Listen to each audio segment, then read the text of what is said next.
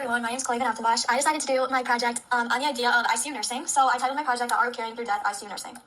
Early reflections show that repeated patient deaths often leave nurses exhausted, anxious, and emotionally detached.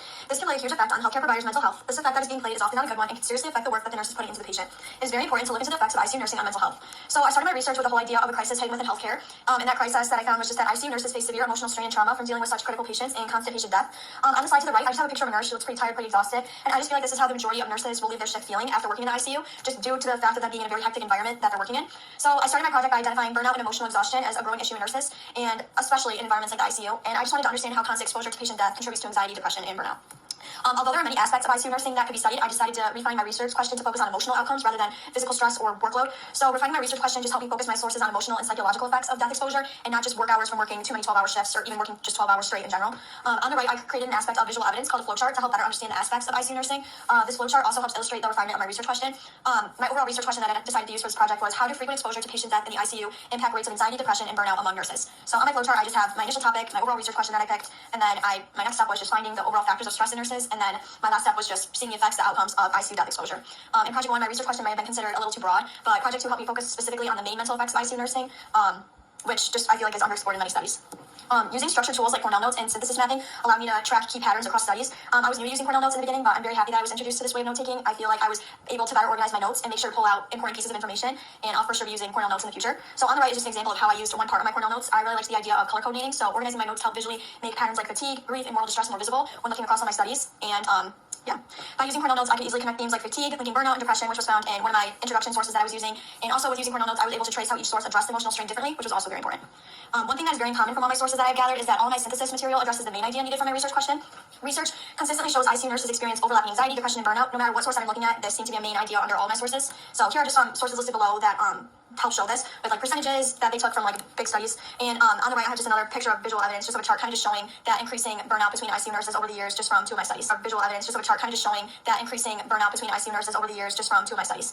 Although all my research does not point to this idea, there are specific lines of data that point to the main idea that ICU death does play a toll on mental health. And yeah, it's specifically showing burnout and depression percentages across these ICU studies, which again, that's just what that chart's showing. And these studies reveal a pattern, which is emotional fatigue is a shared symptom linking all three conditions. And the emotional burden of repeated death is a major drive to all these connections.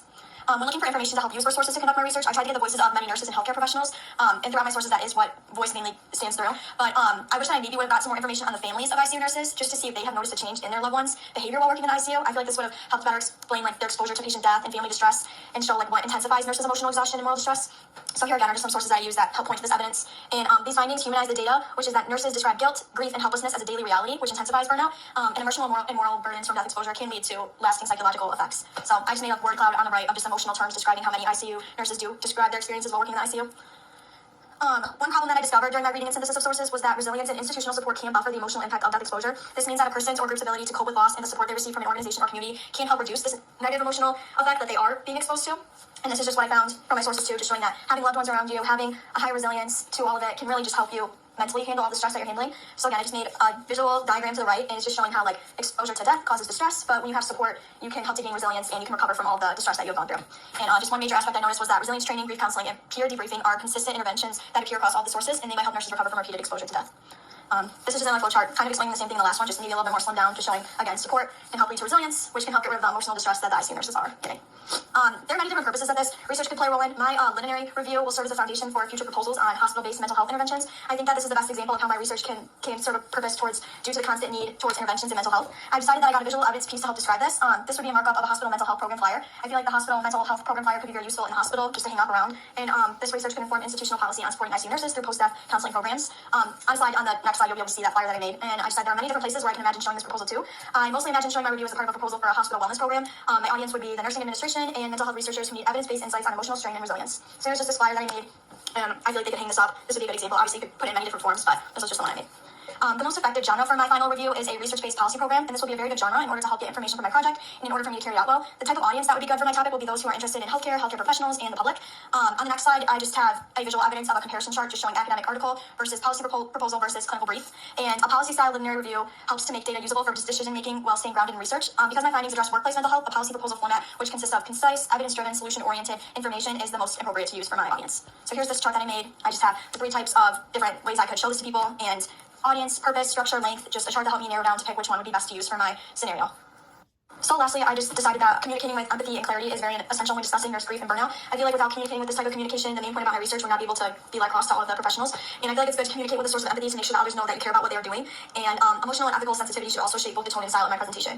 So overall, I just feel like tone matters when presenting this information, and you do not want to make it sound like what the nurse is going through is not a big deal, and you always want to make sure that you understand what you're talking about when you're giving the presentation. So yeah, on the right, I just have lastly another visual just showing just a tired nurse and just a quote, that little inspirational quote. So yeah, and then I just have my works cited right here.